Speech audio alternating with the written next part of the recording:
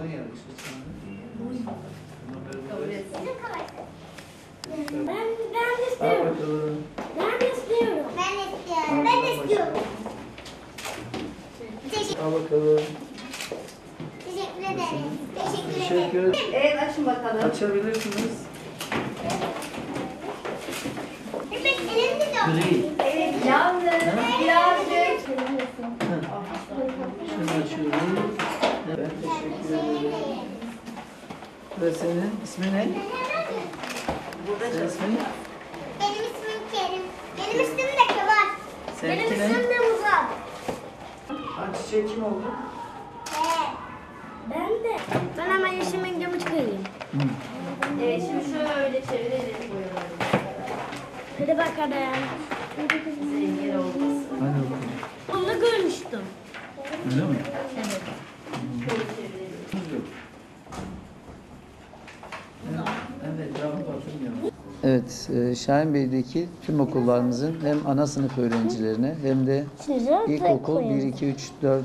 sınıf öğrencilerimize boyama seti dağıttık. Şu anda da bir ana sınıfımızdayız.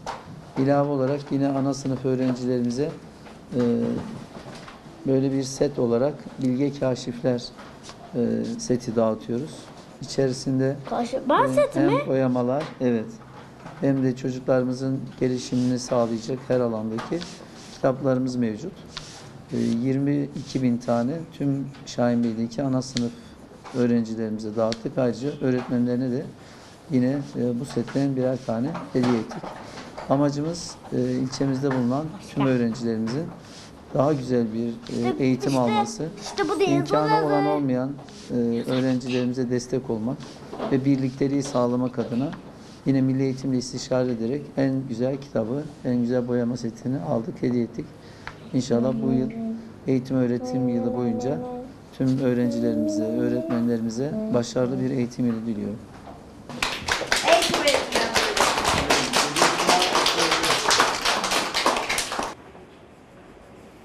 İşte bitti. Çok güzel olmuş.